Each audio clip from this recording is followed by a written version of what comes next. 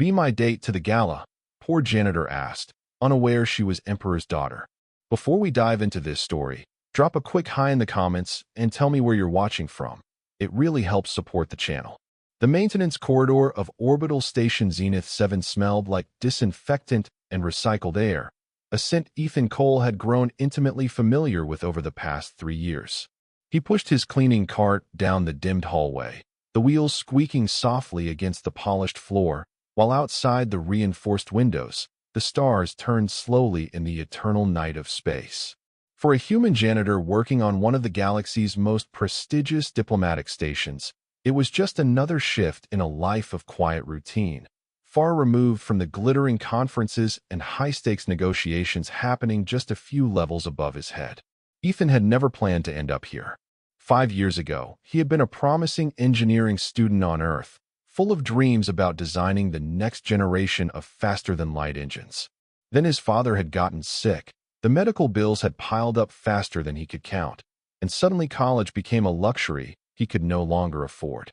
He had taken the first job he could find that offered decent pay and asked no questions, a custodial position on a frontier station. When his father passed anyway, 6 months into his contract, Ethan found himself too numb and too broke to do anything but keep working. The station managers appreciated his reliability, his technical knowledge that let him fix minor issues without calling maintenance, and his ability to become invisible when important people walked by. 3 years later, he was still here, mopping floors and emptying trash while the galaxy's elite barely noticed he existed. The station itself was a marvel of engineering, a massive ring-shaped structure that housed the Galactic Council's primary diplomatic facility. Representatives from over 200 species maintained permanent offices here, negotiating treaties, resolving disputes, and conducting the complex business of keeping thousands of worlds from descending into chaos. The outer ring held the residential quarters and support facilities where people like Ethan lived and worked. The middle sections contained the conference halls, embassies, and administrative offices. And at the very heart of the station, accessible only to the highest-ranking officials, sat the Grand Rotunda, a cathedral-like space where the most important gatherings in the known galaxy took place. Ethan had seen the Rotunda exactly once, during his orientation tour 3 years ago. He remembered the soaring ceilings, the holographic displays showing real-time feeds from thousands of worlds, and the sense of standing at the very center of civilization itself. It had been beautiful and intimidating in equal measure, a reminder of how small he was in the grand scheme of things. Since then, he had kept to his assigned corridors, doing his job and trying not to think too much about the life he might have had. He was nearly finished with the evening shift when he heard voices coming from one of the small observation lounges ahead. The rooms were supposed to be empty at this hour, most of the diplomatic staff long gone to their quarters or to one of the station's upscale restaurants and bars. Ethan hesitated, then decided to check it out. Probably just a couple of junior staffers who had lost track of time. What he found instead was a young woman standing alone at the panoramic window, her silhouette framed against the spectacular view of the Veil Nebula. She wore simple clothes, dark pants, and a fitted jacket, her brown hair pulled back in a practical ponytail. As Ethan's cart squeaked to a halt in the doorway, she turned, and he found himself looking into the most striking eyes he had ever seen. They were an unusual shade of violet, almost luminous in the dim light, and they regarded him with a mixture of surprise and something that might have been relief. She said, "I'm sorry, I know this area is probably closed. I can leave if you need to clean." Ethan shook his head quickly. No, you're fine. I can come back later. I didn't mean to disturb you." "You're not disturbing me," she said, and there was something in her voice, a warmth that seemed genuine, that made him pause. "To be honest, I'm glad to see someone who isn't trying to bow or scrape or offer me something. Do you have a moment?" It was an odd request, and Ethan should have politely declined and moved on. But there was something about her, a quality he couldn't quite name, that made him want to stay. "Sure," he said, parking his cart by the door.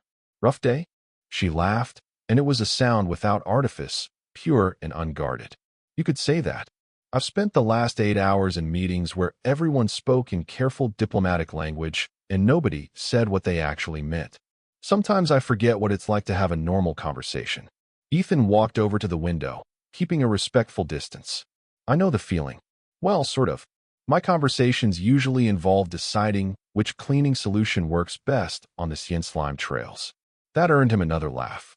I'm Maya, by the way. Ethan, he said, and they shook hands. Her grip was firm and confident. So what brings you to the station?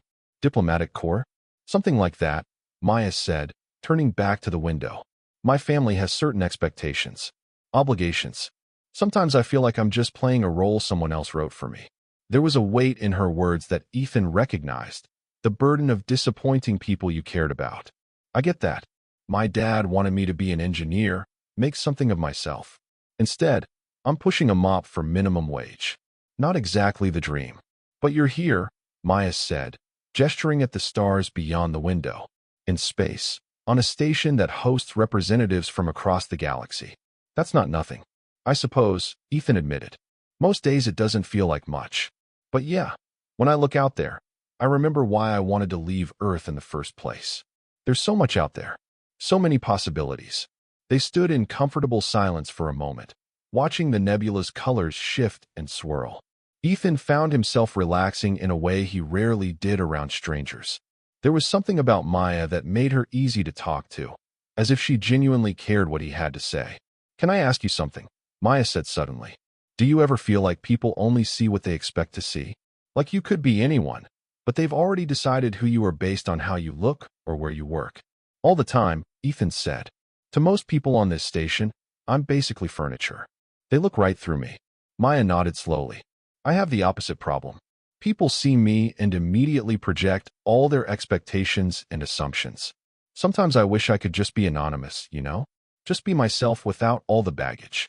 Sounds like we both got a raw deal, Ethan said with a wry smile. You want to trade?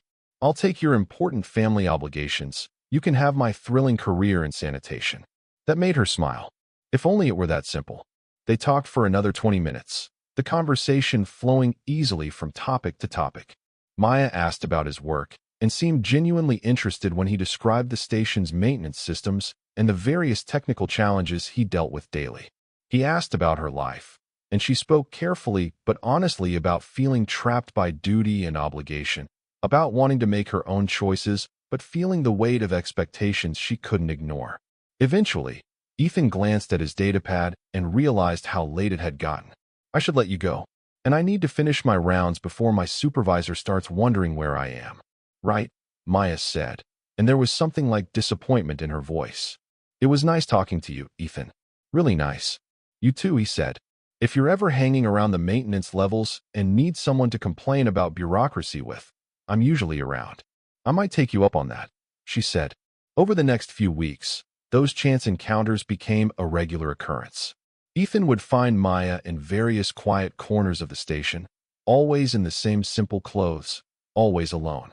They would talk about everything and nothing, their conversations ranging from philosophy to their favorite foods to the absurdities of station life. Ethan learned that Maya loved old Earth music, especially the classical composers, and that she had a wicked sense of humor once you got past her initial reserve.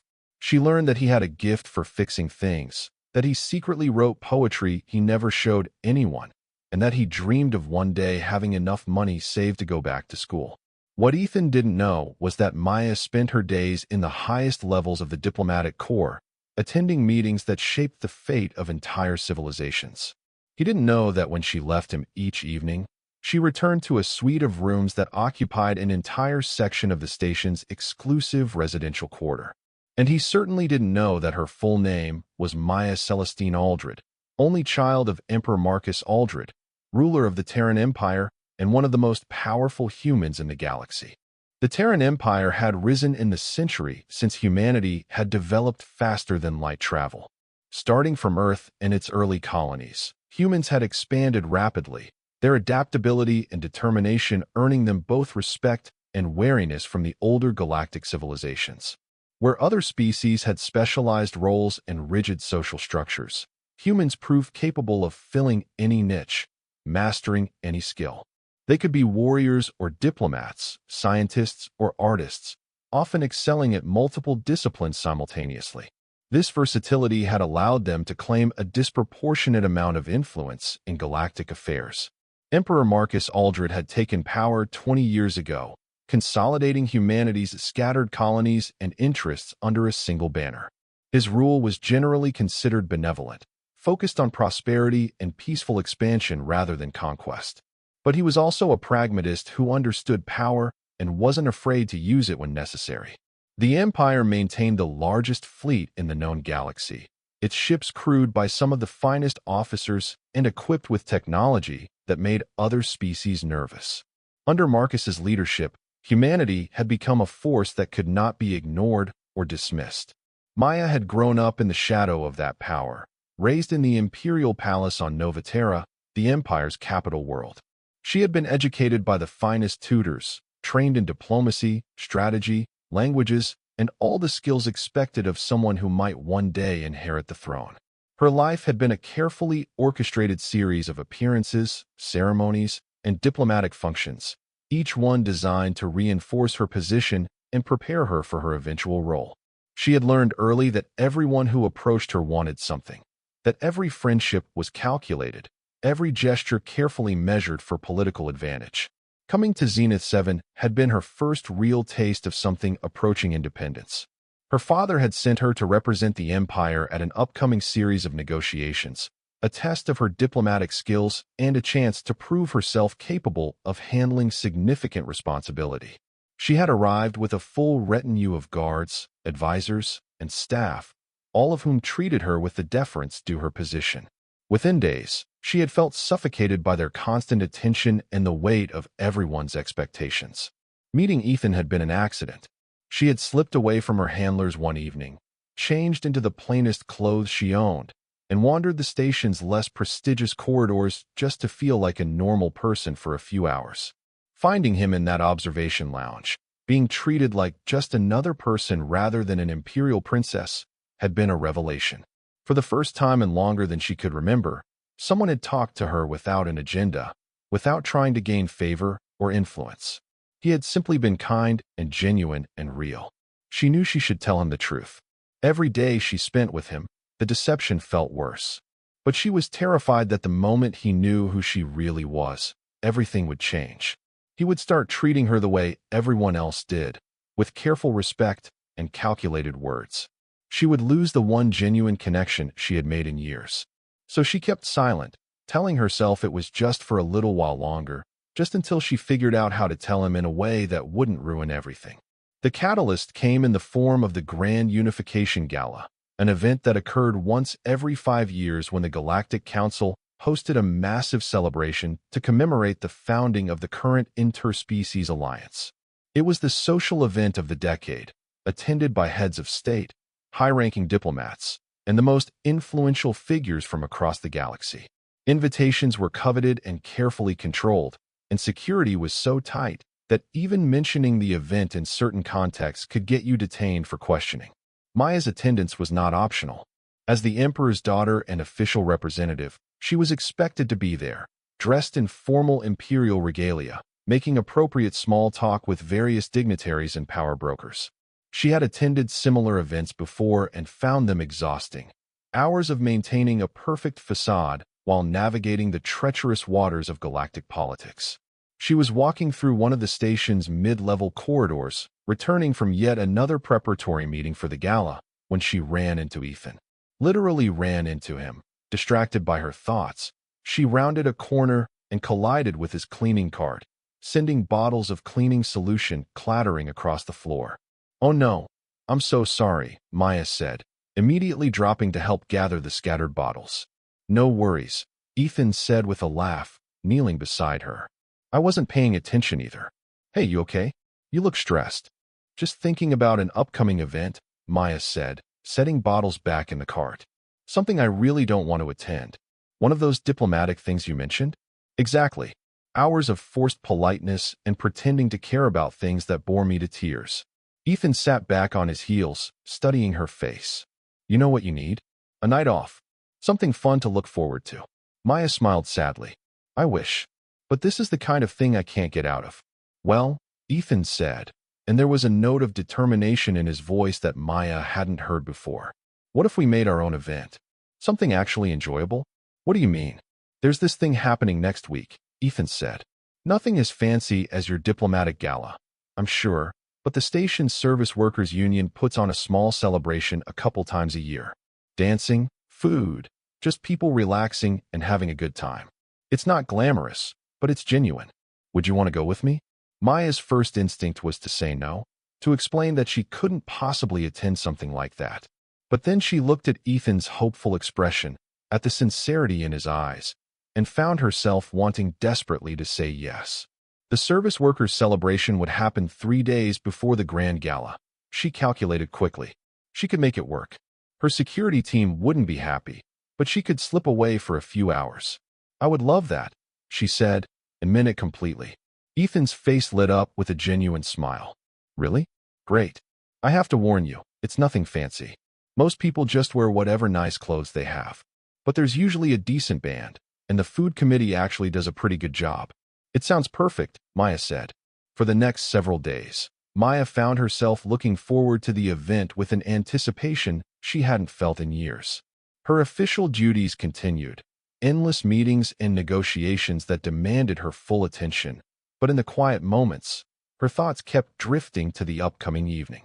She enlisted the help of one of her younger attendants, a woman named Claire who had proven herself both loyal and discreet, to help her acquire an appropriate outfit. Nothing too fancy, she had specified. Just something nice that won't make me stand out. Claire had given her a knowing look but asked no questions, returning the next day with a simple but elegant dress in deep blue, the kind of thing a young professional might wear to a semi-formal event. Maya tried it on in the privacy of her quarters and barely recognized herself. Without the imperial regalia and formal styling, she looked like any other young woman preparing for a date. Meanwhile, Ethan was experiencing his own crisis of confidence. He had invited Maya on impulse, not really thinking through the implications, and now he was second-guessing everything. What if she was just being polite when she said yes? What if she expected something more sophisticated than a gathering of janitors and technicians in one of the station's recreational halls? He confided his worries to his roommate, a maintenance tech named Louise who had worked on the station even longer than Ethan. You're overthinking this, Louise said, sprawled on the worn couch in their small shared quarters. She said yes because she wants to go. Just be yourself and have a good time. Easy for you to say, Ethan muttered. You're not the one who's been talking to someone for weeks and just realized he might have actual feelings for her. Louise sat up, suddenly interested. Oh, so this is serious? I thought you were just being friendly. I thought so too, Ethan admitted. But the more time I spend with her, the more I realize she's not like anyone I've ever met. She's smart and funny, and she actually listens when I talk. And she sees me, you know? Not just a janitor, but me. Then definitely don't screw this up, Louise said helpfully. The night of the service workers' celebration arrived with surprising speed. Maya arranged for Claire to create a distraction that would keep her security detail occupied, then slipped out of her quarters wearing the blue dress and minimal makeup. She felt like a teenager sneaking out, her heart pounding with a mixture of excitement and nervousness. The corridors of the station's residential sections were mostly empty at this hour, and she made her way to the designated meeting spot without incident. Ethan was already there, waiting near the entrance to Recreation Hall 5, and Maya's breath caught when she saw him. He had traded his usual maintenance coveralls for dark slacks and a button-down shirt, his hair neatly combed, and there was a kind of earnest nervousness in his expression that she found endearing. Wow, Ethan said when he saw her. You look amazing. So do you, Maya said, and felt herself blushing like she hadn't since she was a teenager. They walked into the hall together, and Maya was immediately struck by how different the atmosphere was from the diplomatic functions she was used to. The space had been decorated with simple but cheerful streamers and lights, giving it a warm, welcoming feel. Several dozen people were already there, clustered in small groups or sitting at tables laden with homemade food. Near one wall, a small band was setting up their instruments, the musicians chatting and laughing as they prepared for the evening. This is nice, Maya said, meaning it sincerely. Wait until you try the food, Ethan said. Mrs. Chun from the laundry services makes these dumplings that are absolutely incredible. He introduced her to people as they moved through the hall. and Maya found herself relaxing in a way she rarely did at official events. Nobody here knew who she was or cared about her connections. They were friendly and welcoming simply because she was with Ethan, and several people mentioned how nice it was to finally meet the girl he'd been talking about. Maya filed that detail away to tease him about later. The evening unfolded with an easy, comfortable rhythm. They ate food from a dozen different cultural traditions, Earth cuisine mixing with dishes from various colony worlds, and even a few alien recipes that adventurous human cooks had adapted. Maya tried everything Ethan recommended and discovered that Mrs. Chin's dumplings lived up to the hype. They talked with other guests, and Maya found herself genuinely enjoying the conversations, the lack of political subtext making everything feel refreshingly straightforward. When the band started playing, Ethan hesitated, then offered his hand. "I should warn you, I'm not a great dancer." "Neither am I," Maya lied.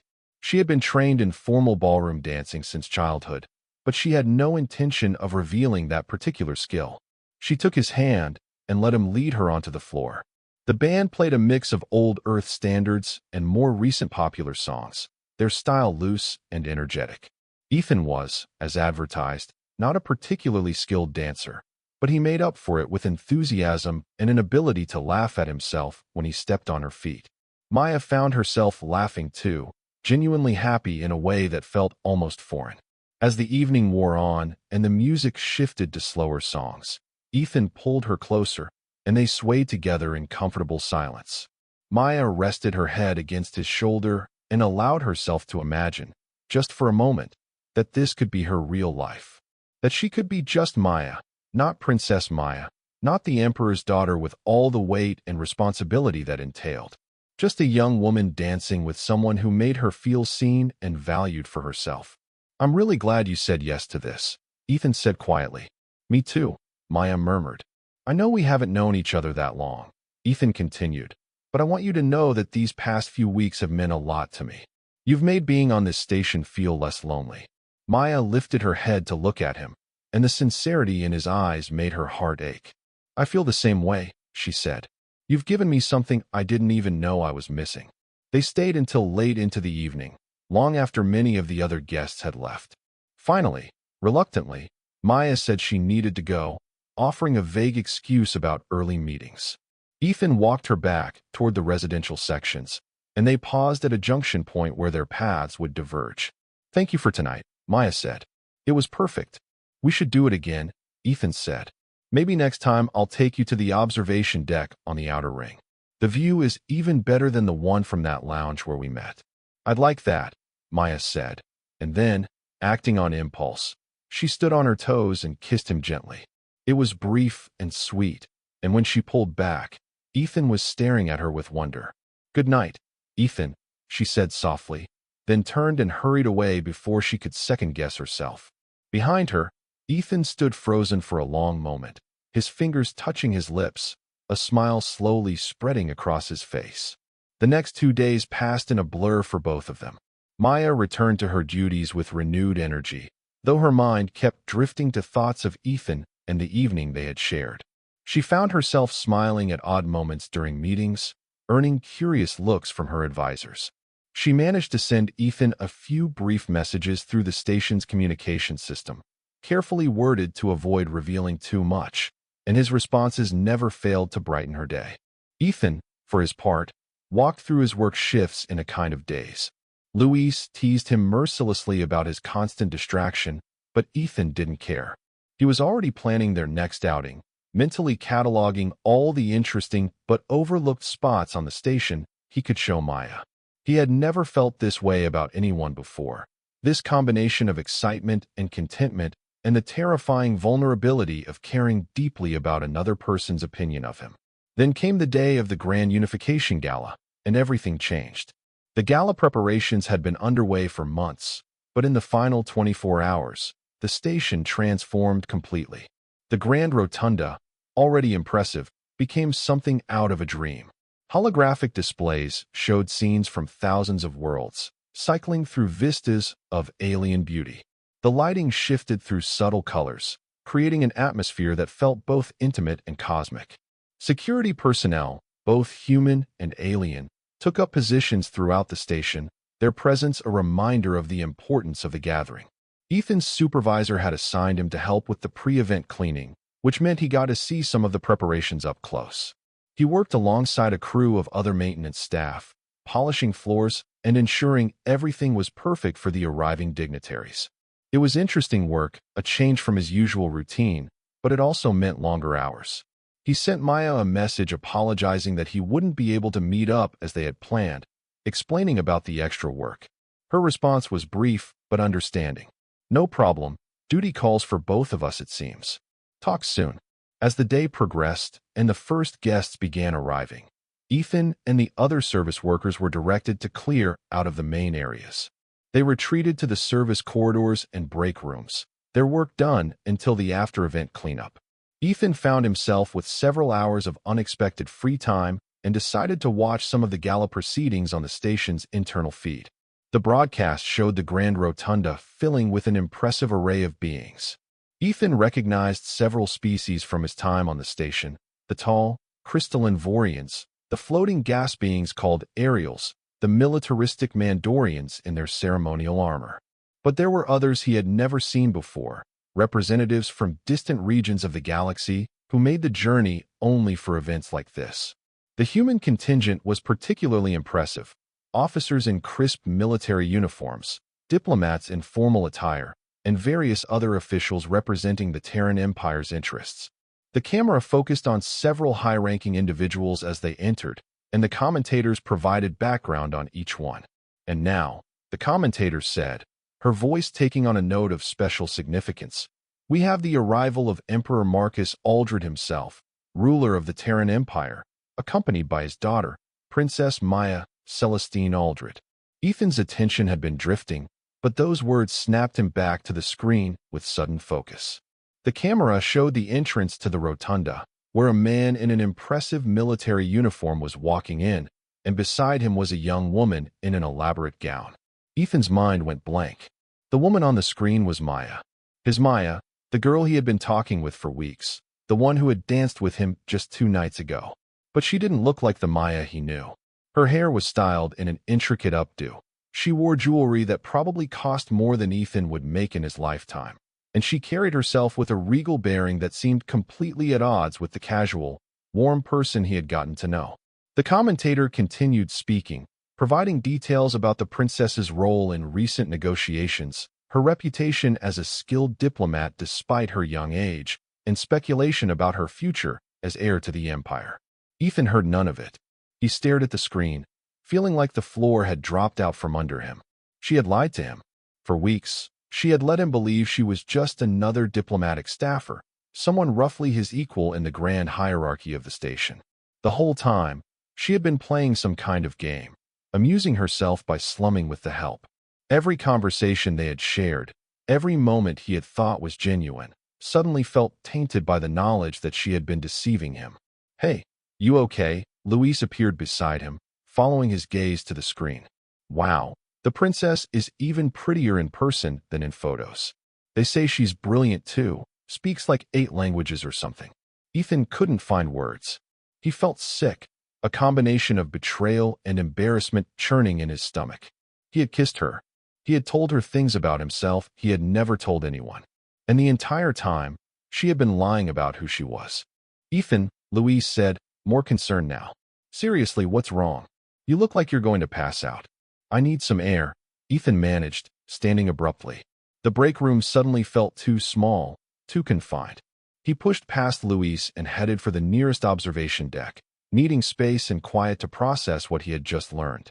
The observation deck was mercifully empty, and Ethan stood at the window, staring out at the stars without really seeing them. His mind was racing, replaying every interaction with Maya through this new lens. Had she been laughing at him the whole time? Was this some kind of experiment, seeing how the common people lived? Or had she simply been bored and looking for entertainment before returning to her real life among the powerful and influential? He thought about the service workers' celebration, how natural and happy she had seemed. Had that been an act too? Was she secretly horrified by the simple food and modest venue, just playing along to maintain her disguise? The thoughts spiraled darker and darker. his imagination supplying increasingly painful interpretations of events. What cut deepest was the loss of something he hadn't fully recognized until it was gone. For the first time in years, he had felt like he mattered to someone. Maya had made him feel seen, valued, like he was more than just another invisible worker. Learning that had been based on a lie felt like having something precious ripped away. Time passed, though Ethan couldn't have said how much. Eventually, his datapad chimed with a message. He almost ignored it, but years of ingrained responsibility made him check. It was from his supervisor, asking him to report to one of the service staging areas near the rotunda. Apparently, they needed extra hands for something. Ethan considered refusing, claiming illness, anything to avoid going anywhere near the gala. But that would raise questions he didn't want to answer, and besides, he needed the job. With mechanical movements, he straightened his uniform and headed for the designated area. The service staging zone was buzzing with activity, staff moving in carefully orchestrated patterns to support the event without being obtrusive. Ethan's supervisor, a stern woman named Henderson, spotted him immediately and waved him over. "Cole, good," Henderson said. "We need you to do a walkthrough of the secondary corridors around the rotunda. Some of the environmental controls are acting up, and we need someone with technical knowledge to check them before they become a problem. Here's a bypass pass for the security checkpoints." She handed him a special access badge, and Ethan clipped it to his uniform. The assignment was actually perfect, giving him something to focus on besides his churning emotions. He grabbed his toolkit and headed into the maze of corridors that surrounded the grand rotunda like a shell. The environmental issue turned out to be minor, a miscalibrated sensor that Ethan fixed in less than 10 minutes. He took his time checking the other systems anyway, grateful for the distraction. These corridors were normally restricted, but they offered indirect views into the rotunda through various monitoring screens and observation panels. Despite himself, Ethan found his gaze drawn to the screens, catching glimpses of the ongoing celebration. The gala was in full swing, a carefully choreographed dance of politics and power. Ethan watched dignitaries mingle, alliances forming and dissolving in the space of conversations. The camera feeds occasionally showed Maya, always surrounded by important-looking people, always wearing that same regal expression. She looked like she belonged there, in that world of influence and consequence. The distance between them had never seemed greater. He was preparing to leave when a commotion erupted in the corridor ahead. Security personnel rushed past, speaking urgently into their communicators. Ethan pressed himself against the wall to let them pass, catching fragments of their conversation. "Possible threat in Section 4, one guard was saying. Unknown individual, refused to stop for screening. Lock down the access points," another responded. "Nobody gets near the rotunda until we verify." More guards appeared, and Ethan realized with growing alarm that they were systematically sealing off the corridors. He was about to identify himself and ask what was happening when the lights suddenly went out, plunging the corridor into darkness. Emergency lighting kicked in a moment later, bathing everything in an eerie red glow. Then the alarm started. The sound was deafening, a wailing siren that echoed off the metal walls. Through the chaos, Ethan heard shouting, the sound of running feet, and something that might have been weapons fire. His training, minimal as it was, kicked in.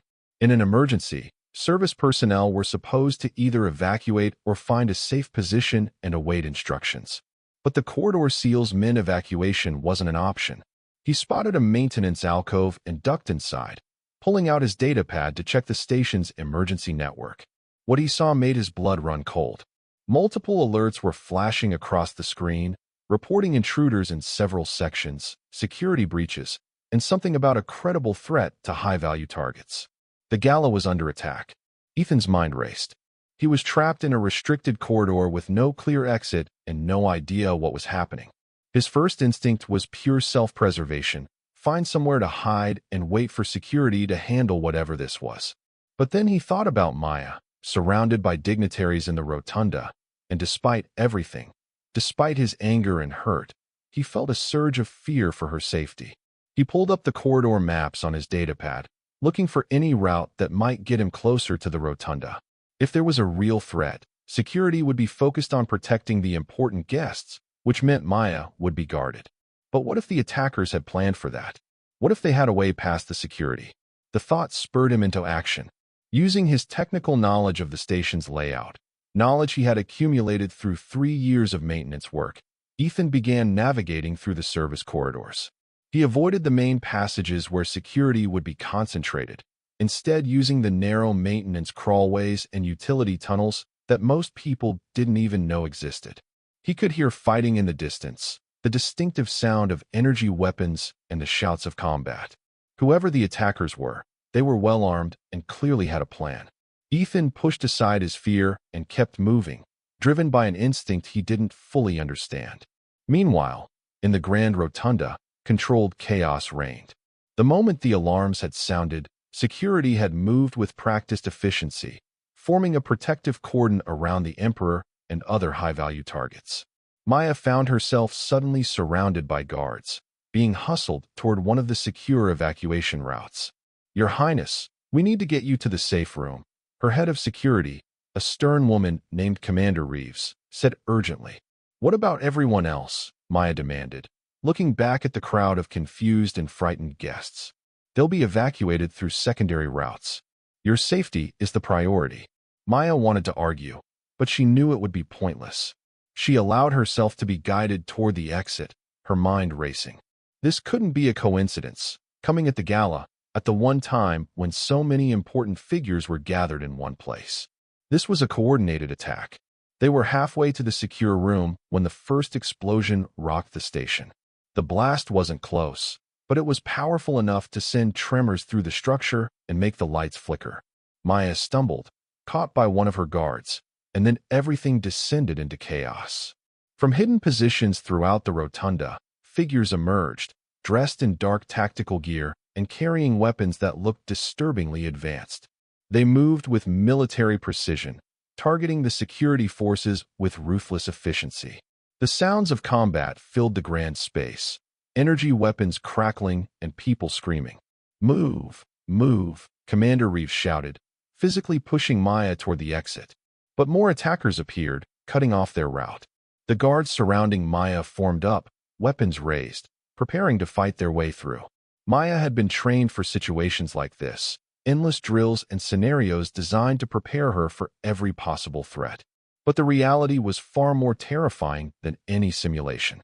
People were dying around her, guards and attackers, and innocent guests caught in the crossfire. She saw a Vorian dignitary fall, their crystalline body shattering from a blast, and felt bile rise in her throat. The guards fought bravely, but they were outnumbered and outmaneuvered. 2 went down in quick succession, and suddenly the protective circle around Maya was looking dangerously thin. Commander Reeves grabbed her arm, steering her toward what looked like a service entrance. "Through here," the commander said, and they plunged into a narrow corridor, leaving the battle behind. 3 guards came with them, their weapons trained on every shadow. They ran through a maze of passages, the sounds of combat gradually fading behind them. Maya's formal gown was completely impractical for running, and she hitched up the skirt, her expensive shoes clicking against the floor. Her mind was numb with shock and fear, unable to fully process what was happening. Then they rounded a corner and came face to face with more attackers. 5 of them, weapons raised, blocking the corridor. Commander Reeves shoved Maya behind her and opened fire, and the corridor erupted in chaos once more. Ethan was hopelessly lost. The maintenance tunnels all looked the same in the emergency lighting, and his datapad's navigation kept glitching from what he assumed was jamming or damage to the station's systems. He could hear combat all around him, though the sounds echoed strangely through the metal passages, making it impossible to determine direction. He was considering just finding a place to hide when he heard voices ahead. He froze, pressing himself against the wall, trying to determine if they were security or attackers. Then he heard a voice he recognized, sharp with authority and strain. "Fall back! Fall back!" Commander Reeves was shouting. Ethan peered around the corner and saw them, a small group of guards surrounding a familiar figure in a torn and dirty formal gown. Maya looked terrified but unharmed, and Ethan felt relief wash over him despite everything. But the situation was clearly desperate. The guards were retreating from superior numbers, and even from his limited vantage point, Ethan could see they were running out of corridor to retreat into. In moments, they would be trapped. Ethan's mind raced. He knew these passages, knew every maintenance shaft and hidden access panel. There was a way out, a route the attackers probably didn't know about, but it meant exposing himself, making himself a target. For about 3 seconds, he wrestled with the decision. Then he stepped out into the corridor. "This way," he shouted, waving his arms. "Follow me." Commander Reeves spun, weapon raised, then registered his maintenance uniform and the urgency in his voice. She made a split-second decision. "Move," she ordered her team, and they ran toward Ethan. Ethan led them to a maintenance panel set into the wall, one he had used dozens of times to access the environmental control systems. He popped it open, revealing a narrow crawlway beyond. "It's tight, but it leads to the outer ring," he said. "You'll be able to reach the emergency evacuation pods from there." "You first," Commander Reeves ordered, covering the corridor behind them. "Move." The guards started climbing through, and then Maya was there, meeting Ethan's eyes for the first time since he had discovered her identity. Her expression was a complicated mix of emotions: shock, fear, and something that might have been recognition or gratitude. "Ethan," she said, and there was a wealth of feeling in that single word. "Go," he said, gesturing to the crawlway. "No time." She hesitated, then climbed through. Ethan followed, with Commander Reeves coming last, sealing the panel behind them. The crawlway was barely wide enough for one person, and they had to move single file through the cramped space. Behind them, Ethan could hear the attackers discovering their escape route, but the panel would slow them down. "Where does this lead?" Commander Reeves demanded. "Service Junction 7. Then we can access the main evacuation routes," Ethan said, trying to remember the exact layout. "Stay low, there's a drop-off about 10 meters ahead." They moved as quickly as the confined space allowed, the sounds of pursuit gradually fading. Ethan's knowledge of the station's infrastructure proved invaluable, guiding them through a route that avoided the main corridors where the fighting seemed concentrated. After what felt like hours, but was probably only minutes, they emerged into a larger service corridor. Commander Reeves immediately established a defensive position, her remaining guards covering both directions. "Princess, are you hurt?" she asked, turning to Maya. "I'm fine," Maya said, though she was visibly shaken. "What's happening out there?" "Unknown, but clearly a coordinated attack. We need to get you to a secure location and contact your father. The station's communications are jammed," one of the guards reported. "I can't reach anyone." "Then we move to evacuation pod 17. That's the closest secure location." Commander Reeves turned to Ethan. "You, maintenance worker, can you get us there from here?" Ethan nodded, still processing the surreal situation. "Yeah, I know the way. Follow me." As they moved through the corridors, Maya maneuvered closer to Ethan. "I can't believe you're here," she said quietly. "You came to help." "I heard the alarms," Ethan said, keeping his voice neutral. "Seemed like the right thing to do." "Ethan," Maya started, but he cut her off. "Not now. Focus on getting to safety." She fell silent, but he could feel her gaze on him. Despite everything, despite his anger and feelings of betrayal, he couldn't deny the relief he felt at seeing her safe. They could deal with everything else later, assuming they survived. They were approaching the junction that would lead to the evacuation pods when Ethan's instincts, honed by years of noticing small details in his work, screamed a warning. Something was wrong. The corridor ahead looked clear, but there was a scuff mark on the floor that didn't belong, and one of the ceiling panels was sitting slightly crooked. "Wait," he said, holding up a hand. "Stop." Commander Reeves froze. "What is it?" Ethan pointed to the ceiling panel. "That's been moved recently. Could be nothing, but in a station this well-maintained, it stands out." One of the guards carefully approached, scanning the area with a detection device. Her expression turned grim. "Explosives, sir. Looks like a proximity trigger." "Everyone back," Commander Reeves ordered. They retreated around the corner, and she turned to Ethan. "Alternative route." Ethan thought quickly, pulling up the mental map of the station he had built over 3 years. "There is one, but it's a longer path. Goes through the waste reclamation section. Anything's better than walking into a trap. Lead the way." The detour took them through some of the least glamorous parts of the station, areas where the reality of maintaining life support for thousands of beings became unavoidable. Maya's expensive gown collected smudges and stains, and she had long since abandoned her impractical shoes, moving barefoot on the cold metal floors. But she didn't complain, keeping pace with the group and staying alert. They were passing through a water treatment area when they heard voices ahead. Everyone flattened against the walls, weapons raised. Ethan recognized the language being spoken. It wasn't any he knew, which meant it probably wasn't friendly. Commander Reeves made a series of hand signals, and her guards prepared to engage. But Ethan had a different idea. The treatment area was full of controls and systems he understood intimately, having maintained them for years. He moved to a nearby panel and started entering commands. "What are you doing?" one of the guards hissed. "Giving us an advantage," Ethan whispered back. He triggered a purge sequence in one of the holding tanks, and moments later, a wall of recycled water surged through the corridor ahead with tremendous force. The voices turned to shouts of surprise and alarm, followed by the sounds of people being swept away by the current. "Now," Commander Reeves said, and they ran through the affected section. The attackers, 3 of them, were struggling to regain their feet, their weapons scattered by the flood. The guards subdued them quickly and efficiently. "Nice thinking," Commander Reeves said to Ethan, a note of grudging respect in her voice. They continued moving, now even more alert for potential ambushes. Ethan led them through increasingly obscure passages, using every bit of his knowledge to avoid main corridors and potential contact with hostile forces. Several times they heard combat in the distance, and once they had to hide in a storage closet while a group of attackers ran past, clearly searching for something.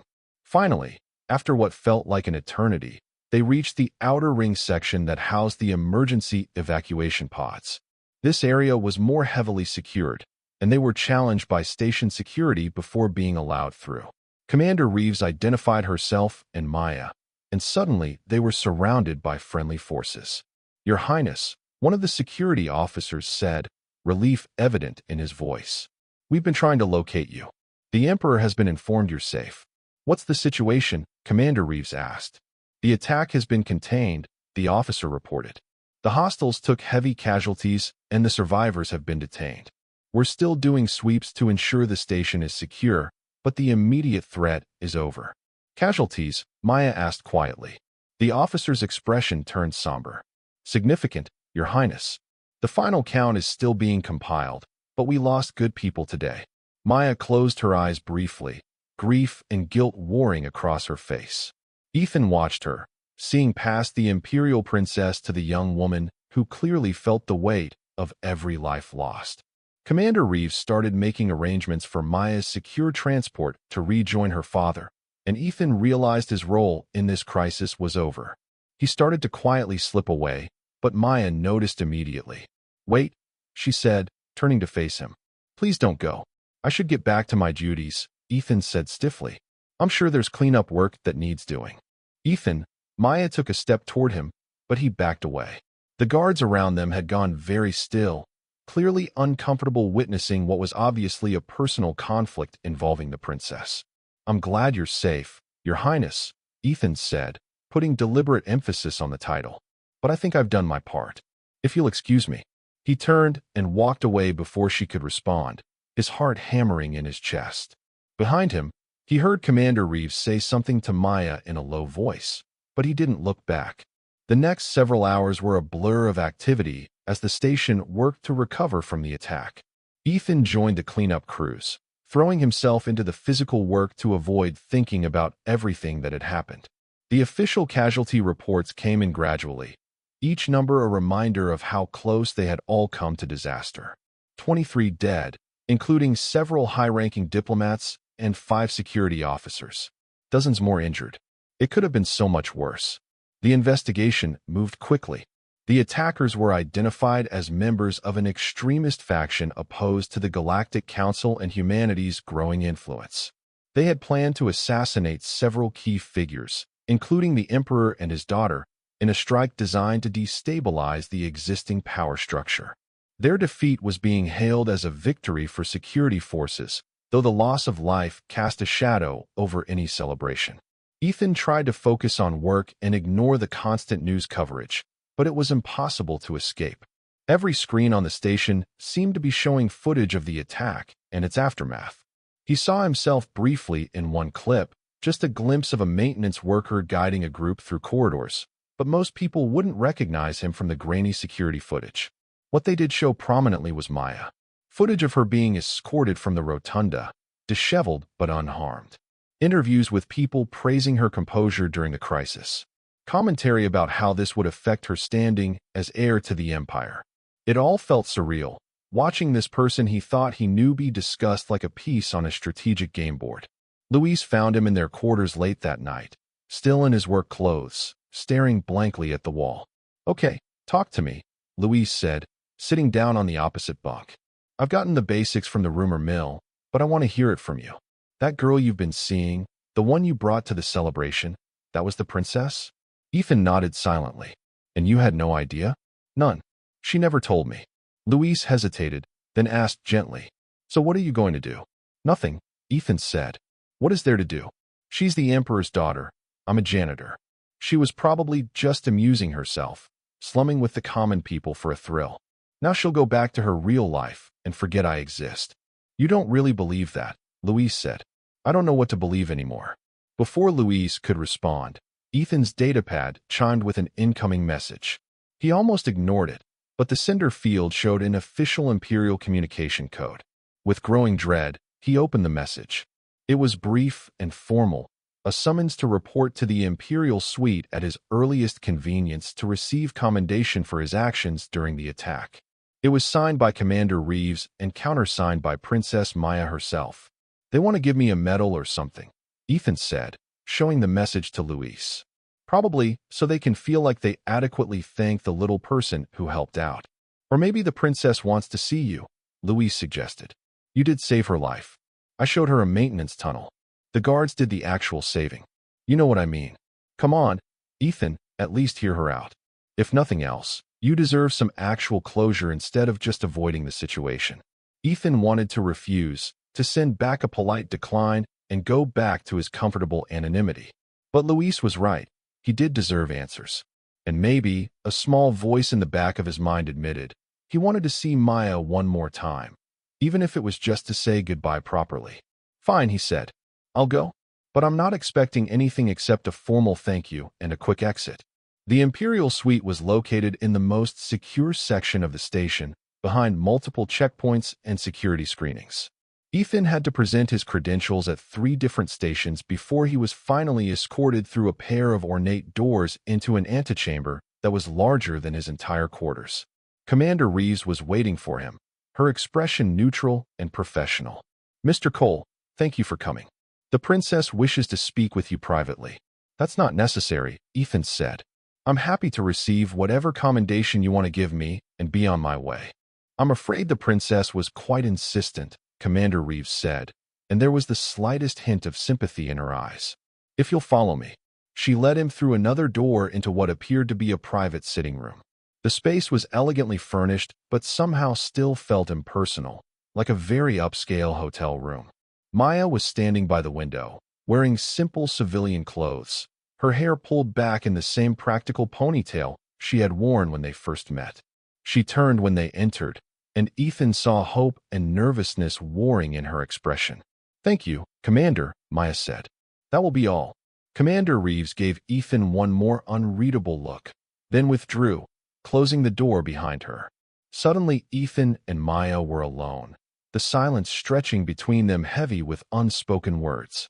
"Thank you for coming," Maya said finally. "I wasn't sure you would." "I was summoned by Imperial order," Ethan said, more harshly than he intended. Didn't seem like refusing was an option. Maya flinched. "It wasn't meant to be an order. I asked Reeves to word it as an invitation, but I suppose formal protocols were followed regardless." "I'm sorry." "You're sorry," Ethan repeated. "For which part? For lying to me about who you were? For letting me make a fool of myself? For treating the last few weeks like some kind of game?" "It wasn't a game," Maya said, her voice rising slightly. "And I never lied to you. You never told me you were the Emperor's daughter," Ethan shot back. "That seems like a pretty significant omission." "Because I knew this would happen," Maya said, gesturing between them. "The moment you knew who I really was, everything would change. You'd stop seeing me as just Maya and start treating me like everyone else does, like a title instead of a person.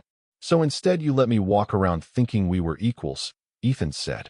Let me invite you to a workers' celebration like that was something you would actually enjoy. Did you and your guards have a good laugh about the poor janitor who thought he had a chance with a princess? How dare you? Maya said, and now there were tears in her eyes. That night was one of the happiest I've had in years. Those people treated me like a normal person, and I got to dance with someone who saw me. Actually saw me, not my title or my future throne. Do you have any idea how rare that is? And you repaid my honesty with deception, Ethan said, but some of the anger was draining from his voice, replaced by a deep weariness. I told you things about myself, real things. I let myself care about you. And the whole time, you were keeping this massive secret. I wanted to tell you, Maya said. Every single day, I wanted to tell you the truth. But I was afraid of losing what we had. And I was right to be afraid, wasn't I? Because now you can barely look at me. The accusation stung because it was true. Ethan had been avoiding her eyes, focusing on the wall behind her or the floor. Now he forced himself to meet her gaze, and what he saw there made his chest ache. She looked genuinely hurt, vulnerable in a way he had never seen during all their conversations. What did you want to happen? He asked quietly. Did you think we could just keep pretending? That eventually I wouldn't find out who you really were? I don't know, Maya admitted. I wasn't thinking that far ahead. I was just trying to hold on to something good, something real, for as long as I could. Is that so wrong? It's not fair, Ethan said. Not to me, and frankly, not to you either. You can't just hide who you are and expect to build something genuine. I know, Maya said. You're right, and I'm sorry. I should have told you earlier. I should have trusted you with the truth. But Ethan, please believe me when I say that everything between us was real. My feelings were real. Ethan wanted to stay angry, wanted to hold on to his sense of betrayal like a shield. But looking at Maya now, seeing the sincerity in her eyes, he found his resolve crumbling. The truth was, he had known even during the worst of his hurt that Maya had cared about him. The way she had looked at him during the service workers' celebration, the vulnerability she had shown when talking about her life, those things couldn't be faked. I believe you, he said finally. I believe your feelings were real. But that doesn't change the fundamental problem.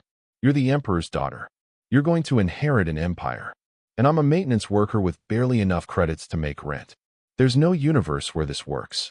Why not? Maya challenged. Who says there's some law that dictates who I can care about? Come on, Maya. Be realistic.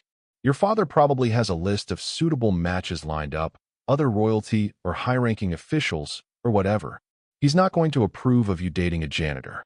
My father doesn't control every aspect of my life, Maya said.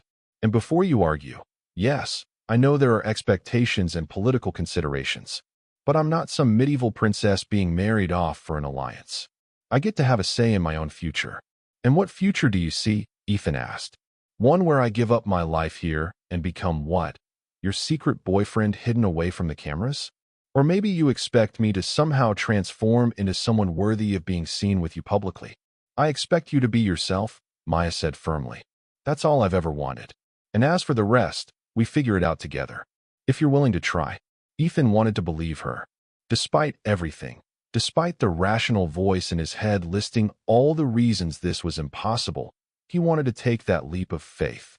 But the fear of getting hurt again, of investing himself in something doomed to fail, held him back.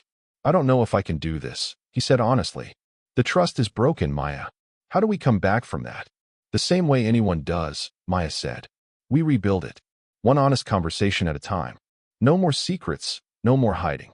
I'll tell you everything about my life, and you tell me about yours, and we see if there's something worth fighting for. And if your father objects? If the imperial court decides I'm unsuitable? Then we deal with that when it happens, Maya said. But Ethan, I'm not asking you to make some grand romantic gesture or commit to forever right now. I'm just asking you to give us a chance. A real chance, with everything out in the open.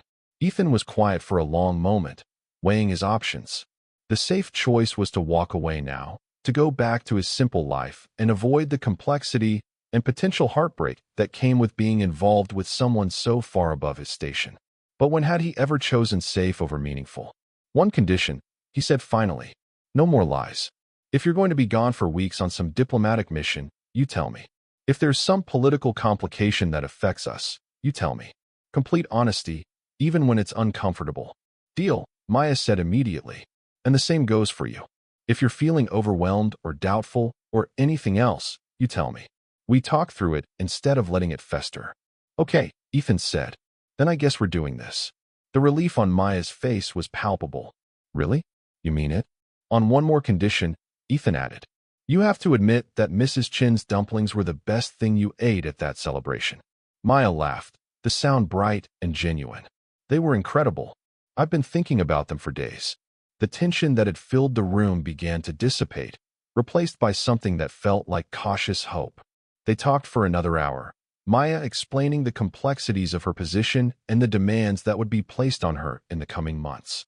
Ethan shared more about his past, his family, and his dreams for the future. It was an easy conversation. There were moments of discomfort and difficult admissions, but it was honest in a way their previous talks hadn't been.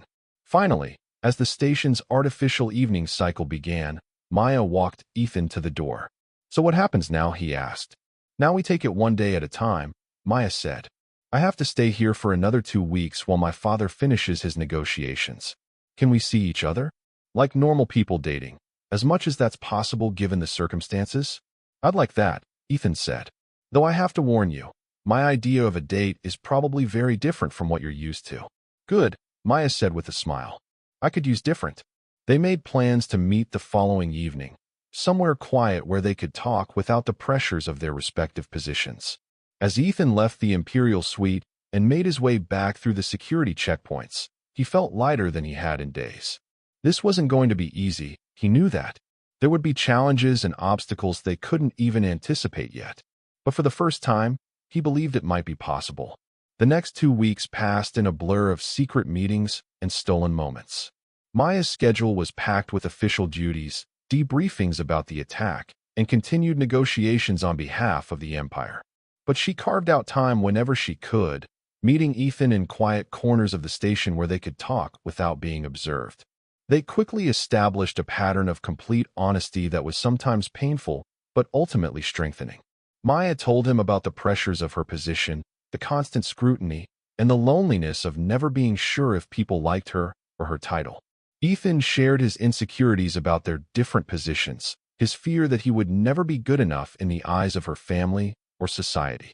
What surprised them both was how much they had in common despite their different backgrounds. They both valued genuine connection over superficial relationships, both felt constrained by others' expectations, and both harbored dreams of making a meaningful difference in the galaxy. Their conversations ranged from philosophy to their favorite childhood memories, from galactic politics to the best places to watch the stars from the station. Ethan also got to see a side of Maya's work that he had never imagined. She showed him, in careful terms that didn't violate security protocols, some of the negotiations she was involved in. He was impressed by her skill at finding common ground between opposed parties, her ability to see multiple perspectives, and her genuine commitment to finding solutions that help people rather than just advancing political agendas. For her part, Maya gained a new appreciation for the technical complexity of keeping a station like Zenith 7 running. Ethan explained the interconnected systems that most people never thought about, the careful balance of environmental controls, power distribution, and life support that made civilization possible in the hostile environment of space. She began to understand that his work, though humble in status, was essential in ways that most political maneuvering could never be. They also had to navigate the practical realities of their situation. Commander Reeves, who had initially been skeptical about Ethan, gradually warmed to him after seeing how happy he made Maya. The commander quietly facilitated their meetings, ensuring Maya could slip away when possible without compromising her security. In return, Ethan proved his trustworthiness by maintaining complete discretion about his relationship with the princess. Not everyone was so accepting. Luis, while supportive of Ethan, worried about his friend getting in over his head. You know this can't last once she leaves the station, he said one evening. She's going back to the capital, back to her real life. What then? I don't know, Ethan admitted. But I'd rather have these 2 weeks with her than spend the rest of my life wondering what might have been. The attack on the Gala had lasting repercussions that affected everyone on the station. Security was dramatically increased, new protocols were implemented, and there was a general sense of unease that took time to fade.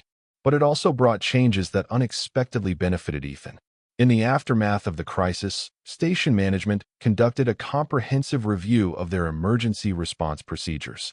Ethan's actions during the attack, guiding the princess and her guards to safety using his knowledge of the station's infrastructure, caught the attention of the station director. He was called in for a meeting that he assumed would be a formal commendation.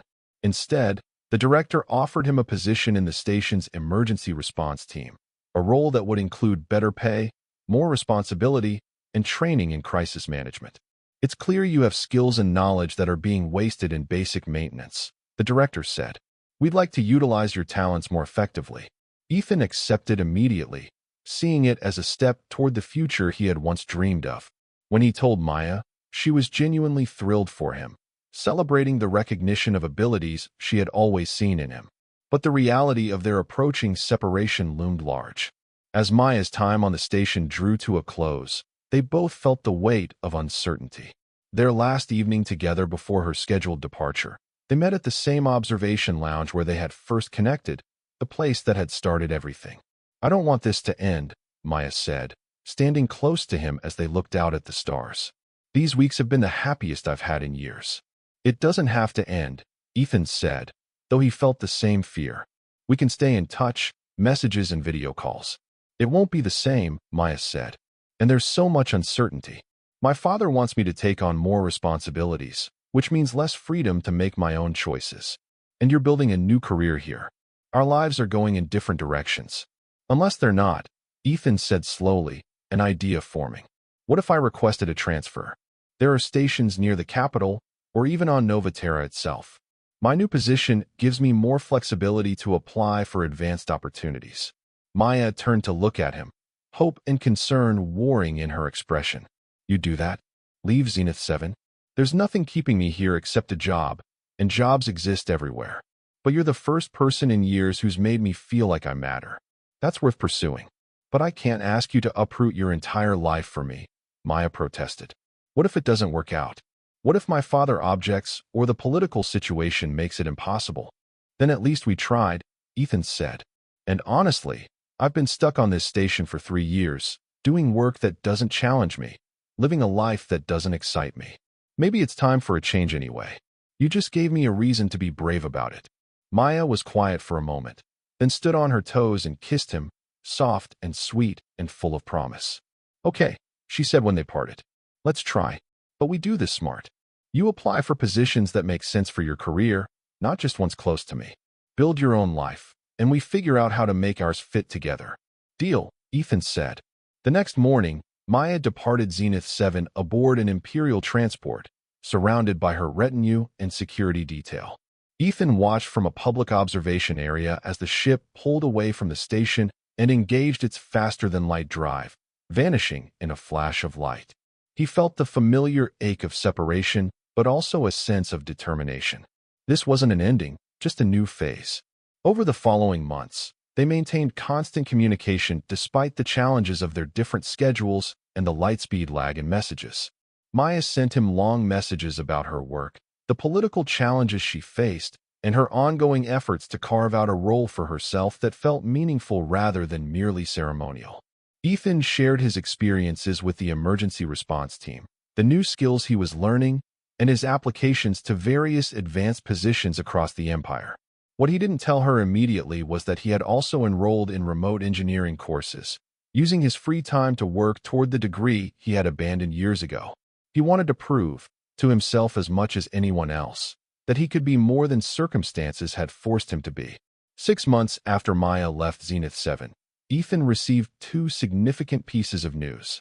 First, he had been accepted into a prestigious emergency management program on Novaterra itself, a 2-year position that would give him advanced training and certification in crisis response and infrastructure security. Second, Maya had convinced her father to meet him. The message from Maya was excited and nervous in equal measure. "He wants to meet you officially. He knows we've been staying in contact, and I finally told him how serious this is for me. He's willing to have dinner with us next week when you arrive on Novaterra." She had added, No pressure or anything, but this is kind of a big deal. Ethan stared at the message for a long time, his heart pounding. Meeting the Emperor, the most powerful human in the galaxy, as the man dating his daughter, was terrifying on multiple levels. But it was also an opportunity, a chance to prove that he was worthy of Maya's affection despite his humble background. He sent back a simple response. I'll be there. Try to keep him from having me executed before the appetizers. Maya's reply came quickly. I make no promises, but I'll do my best. I can't wait to see you. The trip to Novaterra took 3 days aboard a commercial transport, giving Ethan plenty of time to be nervous.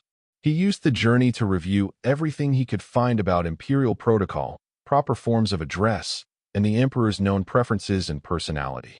Marcus Aldred was described as pragmatic and fair, but also protective of his daughter and intolerant of those he perceived as opportunistic or insincere. Novaterra itself was breathtaking, a world that had been terraformed to near perfection over the past century.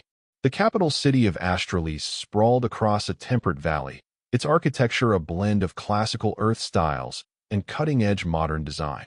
The Imperial Palace sat on a hill overlooking the city, a structure that managed to be both imposing and beautiful. Maya met him at the spaceport, and the reunion was everything Ethan had hoped for. She looked radiant in casual civilian clothes, her face lighting up when she saw him. They embraced, and for a moment, all of Ethan's nervousness faded. This was why he had come, why he was willing to face any challenge. Because being with her felt right in a way nothing else ever had. I've missed you so much, Maya said, pulling back to look at him. Messages aren't the same as being in person. I know, Ethan agreed. But we're here now. She took his hand, and they walked to a waiting vehicle, a modest transport rather than anything ostentatious. As they drove toward the palace, Maya filled him in on the dinner plans and her father's current mood. He's actually looking forward to meeting you, she said. I've told him about how you helped during the attack, about your new position, about everything. He's intrigued by someone who doesn't want anything from him except to care about his daughter. No pressure, though, Ethan said dryly. The palace was even more impressive up close, but Maya led him through side entrances and private corridors rather than the grand public spaces. They ended up in a surprisingly intimate dining room, nothing like the formal state chambers Ethan had imagined. The table was set for 3, and a man was already there, reviewing something on a datapad. Emperor Marcus Aldred looked up as they entered, and Ethan's first thought was that Maya had inherited her striking eyes from him. The Emperor was in his 50s, his hair graying at the temples, but his bearing still military straight. He wore simple, elegant civilian clothes rather than any ceremonial robes, and his expression as he studied Ethan was neutral and assessing. Father, Maya said, her voice carrying both affection and a hint of nervousness. This is Ethan Cole. Your Majesty, Ethan said, executing what he hoped was an appropriate bow. Thank you for agreeing to meet with me. Mr. Cole, the Emperor said, rising and extending his hand. Maya has told me a great deal about you. Please sit. This is meant to be a casual dinner, not a formal audience. They sat, and servants began bringing in courses of food. For the first few minutes, the conversation was carefully neutral, touching on Ethan's journey to Novaterra and his impressions of the capital. But Ethan could feel the Emperor's attention on him, assessing and measuring. Finally, Marcus set down his fork and looked directly at Ethan. Let me be direct, Mr. Cole. My daughter is precious to me, and her happiness matters more than political convenience or social expectations. She believes you're someone worth knowing. Convince me she's right. Ethan met his gaze steadily. Your Majesty, I won't pretend I come from privilege or that I have connections that benefit the Empire. What I can offer Maya is honesty, respect, and genuine care for who she is rather than what she represents. I've seen her at her most vulnerable and most courageous. I know the weight she carries, and I want to be someone who helps shoulder that burden rather than adds to it. Marcus studied him for a long moment, then nodded slowly.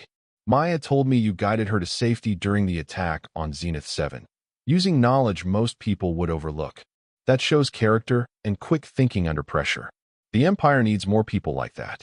He paused, then smiled slightly. She also told me you made her laugh at a workers' celebration.